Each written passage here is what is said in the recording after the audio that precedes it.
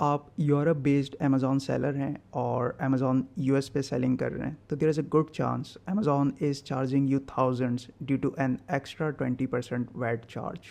आप यूरोप से as an individual sell कर रहे हैं या आपने यूरोपियन रीजन में कहीं भी कंपनी सेटअप की हुई है और अपनी कंपनी की डिटेल्स पे अमेज़ॉन यूएस पे सेल कर रहे हैं, ये चार्ज आपको दोनों केसेस में लगता है। Due to Amazon's complex reporting system आपको शायद आइडिया भी नहीं होगा कि अमेज़ॉन मंथली बेसिस पे आपके प्रॉफिट्स का बड़ा चंक टैक्स के नाम पे डिटेक्ट कर लेता है।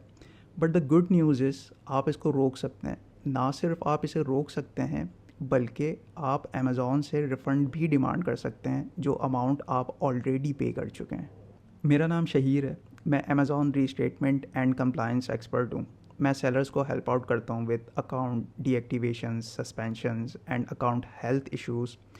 अलॉन्ग विद दैट मैं सेलर्स को हेल्प आउट करता हूँ with tax saving tips and tricks that are completely legal and allowed by Amazon and local laws. इस वीडियो में मैं आपको स्टेप बाय स्टेप गाइड करूँगा कि आप किस तरह पता कर सकते हैं अगर अमेज़ॉन आपको 20% एक्स्ट्रा चार्ज कर रहा है या नहीं, या आप अगर न्यू सेलर हैं तो फ्रॉम डे वन आप इस 20% एक्स्ट्रा चार्ज को किस तरह अवॉइड कर सकते हैं। सबसे पहले उन सेलर्स की बात कर लेते हैं जो ऑलरेडी सेलिंग कर रहे हैं while using their European details. आप अपने सेलर सेंट्रल में लॉगिन करें। सेलर सेंट्रल में लॉगिन करने के बाद टॉप लेफ़्ट कॉर्नर में मेन मेन्यू में जाएं। मेन मेन्यू से जंप करें रिपोर्ट्स पर। रिपोर्ट्स से tax document library and on new page jump to seller fee tax invoices.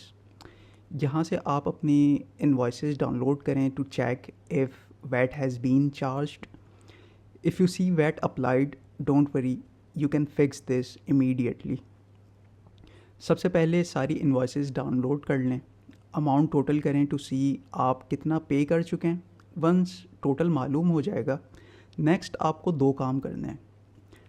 Number one is how to prevent Amazon from charging you an additional 20% in the future, and the second is how to get a refund for the VAT you have already paid. Prevention के दो तरीके हैं। आप जहाँ भी based हैं वहाँ के वैट नंबर के लिए अप्लाई करें। आप अगर जर्मनी में रह रहे हैं तो वहाँ के वैट नंबर के लिए अप्लाई करें। आप अगर स्पेन में हैं तो स्पेनिश वैट नंबर के लिए अप्लाई करें। इसी तरह आप अगर यूके में हैं तो यूके वैट नंबर के लिए अप्लाई करें। एज सून एज आप अपना वैट नंबर अमेज़ॉन यूएस में ऐड करेंगे, अमेज़ॉन आपसे वैट के नाम पर चार्ज करना बंद कर देगा और जो अमाउंट आप ऑलरेडी पे कर चुके हैं उसके लिए आपको रिफ़ंड डिमांड करना होगा। रिफ़ंड के लिए किस तरह अप्लाई करना है ये मैं आगे चल के वीडियो में डिटेल में एक्सप्लेन करूँगा। मैं ये सॉल्यूशन जब भी अपने किसी क्लाइंट को देता हूँ तो उनका इमीडिएट कंसर्न ये होता है कि यार अभी जो वैट अमेज़ॉन यूएस को पे कर रहे हैं, अगर हम वैट नंबर के लिए अप्लाई कर लेंगे तो ये वैट हमें फिर लोकल गवर्नमेंट को सबमिट करवाना पड़ेगा, जो कि एक हैसल है क्योंकि वैट की सबमिशंस क्वार्टरली बेसिस के ऊपर होती हैं। तो इसका आंसर ये है कि आप नील फाइलिंग कर रहे होंगे, मींस आपको सिर्फ पेपर वर्क फाइल करना है, आप गवर्नमेंट को फ़ंड ट्रांसफ़र नहीं कर रहे होंगे। क्यों? क्योंकि वैट लोकल सेल्स पे एप्लीकेबल होता है। फॉर एग्ज़ाम्पल आप अगर यूके में इस्टेब्लिश्ड हैं और विद इन यूके सेलिंग कर रहे हैं तो आपको वैट कलेक्ट भी करना है और गवर्नमेंट को फंड्स ट्रांसफ़र भी करने होंगे।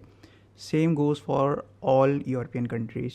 एंड सिंस आप यूके में सेलिंग कर ही नहीं रहे तो ना तो आप फंड्स कलेक्ट करेंगे और ना ही गवर्नमेंट को रिमिट कर रहे होंगे।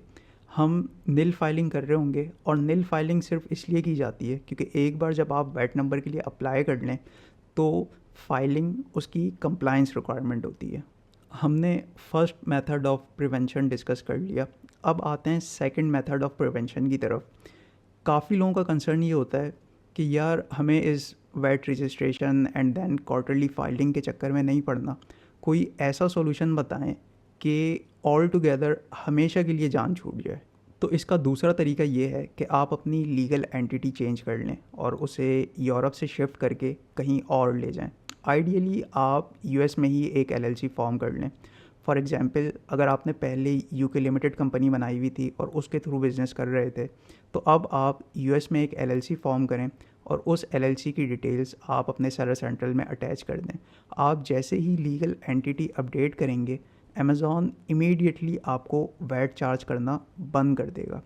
इस मेथड का सिर्फ एक ड्रॉबैक है, और वो ये है कि अगर आप वैट नंबर के लिए अप्लाई नहीं करेंगे और सिर्फ लीगल एंटिटी चेंज कर देंगे, तो जैसे ही आप लीगल एंटिटी अपडेट करेंगे, अमेज़ॉन आपको वैट चार्ज करना बंद तो कर देगा, लेकिन प्रीवियसली आपने जितनी भी पेमेंट्स की हुई हैं, अमेज़ॉन उसका रिफ़ंड नहीं करेगा। अब डिस्कस कर लेते हैं how to get a refund for the VAT you have already paid. इसमें सिंपल आपको अमेज़ॉन सपोर्ट के साथ केस ओपन करना है। इसमें आप अपना वैट नंबर प्रोवाइड करेंगे और साथ में जो भी डॉक्यूमेंट आपको गवर्नमेंट ने इशू किए होंगे वो आप अटैच करेंगे। इन डॉक्यूमेंट्स के अलावा आप वो इन्वॉइसेस अटैच करेंगे जो अमेज़ॉन ने आपको इशू की होंगी वैट चार्जेस की। Usually with in few weeks Amazon आपको रिस्पॉन्ड कर देता है। कभी कभी बैक एंड फोर्थ आपको कॉन्टीन्यूस मल्टीपल केसेस ओपन करने पड़ते हैं और टीम के साथ डिस्कस करना पड़ता है, बट फाइनली ये सॉर्ट हो जाता है। अच्छा, यहाँ पे एक बहुत इंपॉर्टेंट डिटेल है, और वो ये, लेट से आप लास्ट 2 ईयर्स से अमेज़ॉन यूएस पे सेलिंग कर रहे थे और वैट नंबर के लिए आपने आज अप्लाई किया है, तो वैट आपको अमेज़ॉन लास्ट 2 ईयर्स का पे बैक नहीं करेगा। आज की डेट से लेके लास्ट 6 मंथ्स में जितना भी वैट आपने अमेज़ॉन यूएस को पे किया होगा वो सिर्फ उसी को रिफ़ंड करेंगे।